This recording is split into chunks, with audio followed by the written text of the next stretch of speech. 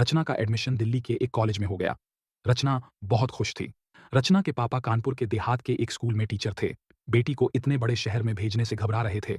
तब रचना ने कहा, पापा, आप चिंता न करें, मैं सब संभाल लूंगी और ऐसा मौका बार बार नहीं मिलता।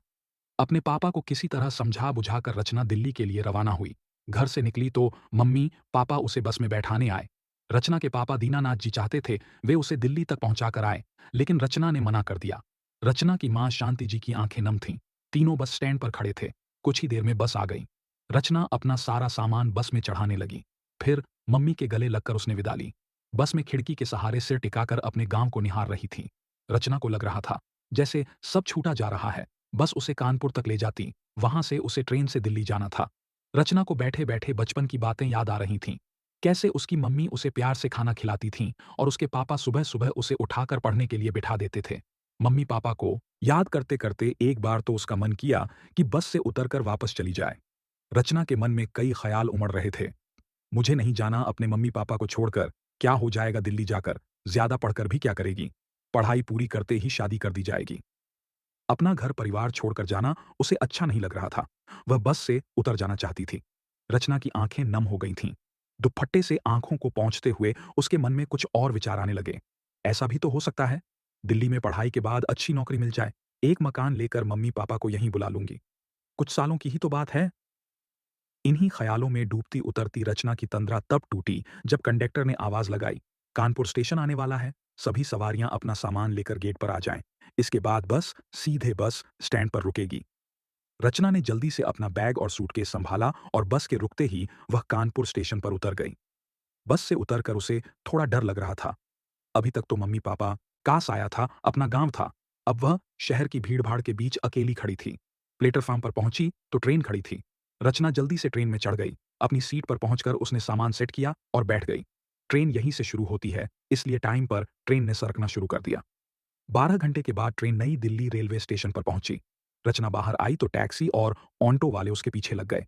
रचना ने एक ऑन्टो को ठहरा लिया कॉलेज जाने के लिए। वह कॉलेज पहुंची, वहां उसे हॉस्टल में कमरा मिल गया। कमरे में जाकर रचना ने सामान रखा और छोटे से बेड पर बैठकर आराम करने लगी। तभी उसे याद आया कि मम्मी पापा ने खबर देने के लिए कहा था। मम्मी को फोन मिलाकर पहुंचने की जानकारी दे दी।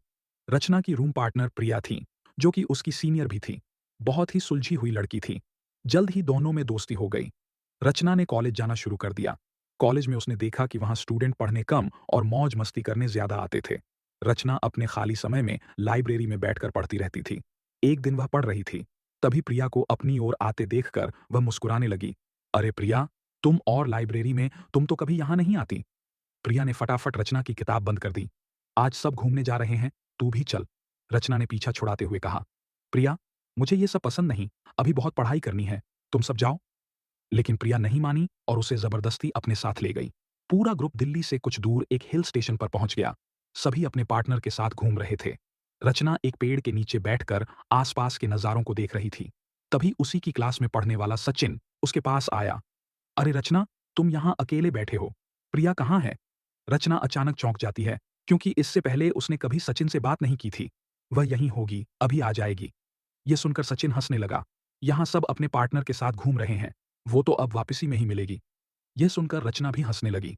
तुम्हारी कोई पार्टनर नहीं है? सचिन ने कहा। नहीं, अभी तक तो नहीं है। दोनों एक साथ बैठकर बातें करने लगते हैं। रचना को सचिन के साथ बात करके अच्छा लग रहा था। कुछ देर बाद सचिन ने कहा, वहां सामने कॉफी हाउस है, क्या तुम मेरे साथ कॉफी पीने चलोगी? रचना सचिन के साथ चल देती है। काफी पीते पीते सचिन अपने बारे में रचना को बताता है कि वह एक बहुत बड़े बिजनेसमैन का बेटा है और पढ़ाई पूरी करने के बाद वह अपने पापा का बिजनेस ही संभालने वाला था। सचिन और रचना दोनों में दोस्ती हो जाती है। दोनों एक साथ कॉलेज आते, एक साथ लंच करते, एक साथ वापस जाते थे। रचना का मन धीरे धीरे पढ़ाई से ऊब गया था। उसे सचिन के साथ रहना अच्छा लगता था। एक दिन प्रिया ने रचना को समझाया, रचना, तू जिस काम के लिए आई है उस पर ध्यान दे, पढ़ाई बहुत जरूरी है। मुझे लगता है तू सचिन से प्यार करने लगी है, लेकिन बहुत सोच समझकर कदम उठाना। उसके पापा करोड़पति हैं, क्या वे तुझे स्वीकार करेंगे? रचना हंसते हुए बोली, अरे, तू कहाँ पहुंच गई, हम दोनों अच्छे दोस्त हैं, बस। प्रिया बोली, बेटा, मैंने तुझसे ज्यादा दुनिया देखी है। जब तेरा मन पढ़ाई में नहीं लग रहा तो तुझे प्यार हो गया है।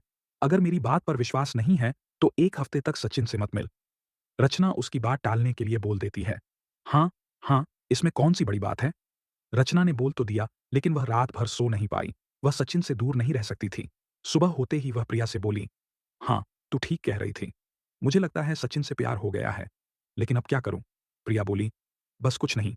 इंतजार कर और देख, उसे भी तुझसे प्यार हुआ है। क्या वो अपने प्यार का इजहार करता है या सिर्फ टाइम पास कर रहा है? इस बात को 1 हफ्ता बीत जाता है। रचना और सचिन पहले की तरह मिलते रहते हैं। एक दिन रचना कुछ उदास बैठी थी। तभी सचिन ने उससे आकर कहा, रचना, मैं तुमसे प्यार करता हूँ और अपनी पूरी ज़िंदगी तुम्हारे साथ गुज़ारना चाहता हूँ। मैं जानता हूँ, हम दोनों में बहुत फ़र्क है, लेकिन चिंता मत करना, मैं तुम्हारे लिए पूरी दुनिया से लड़ जाऊँगा। रचना तो यही सुनने को कब से बेताब थी। सचिन की बातें सुनकर उसकी आँखों से आँसू टपकने लगे। सचिन ने यह देखा, वह घबरा गया। रचना, मुझे माफ़ कर दो, मेरा मन तुम्हारा दिल दुखाने का नहीं था। अगर तुम्हें मैं पसंद नहीं हूँ, तो हम केवल अच्छे दोस्त बनकर रह सकते हैं। रचना बोली, बेवकूफ़, मैं तो कब से इंतज़ार कर रही थी कि तुम अपने प्यार का इज़हार करो। ये तो खुशी के आँसू हैं। लेकिन क्या तुम्हारे घरवाले मानेंगे? मेरा मतलब है, पैसा की दीवार हम दोनों के बीच खड़ी है। सचिन बोला, वह सब मैंने पहले ही सोच लिया है। अगर मेरे पापा नहीं माने, तो मैं अपना घर छोड़ दूँगा। तुम्हारे साथ जीवन बिताने के लिए मैं कुछ भी कर सकता हूँ। ये सुनकर तो रचना सातवें आसमान पर थी। रचना और सचिन दोनों एक दूसरे के साथ घंटों समय बिताते थे। कई बार तो दोनों कॉलेज भी नहीं आते थे। इसका असर दोनों की पढ़ाई पर भी पड़ रहा था। एक तरफ रचना अपने माता-पिता के सपने पूरे करने दिल्ली आई थी। नौकरी करके उनके लिए अच्छा सा घर खरीदने का इरादा रखती थी। दूसरी तरफ उसकी जिंदगी बस सचिन के चारों ओर सिमट कर रह गई थी। शेष अगले भाग में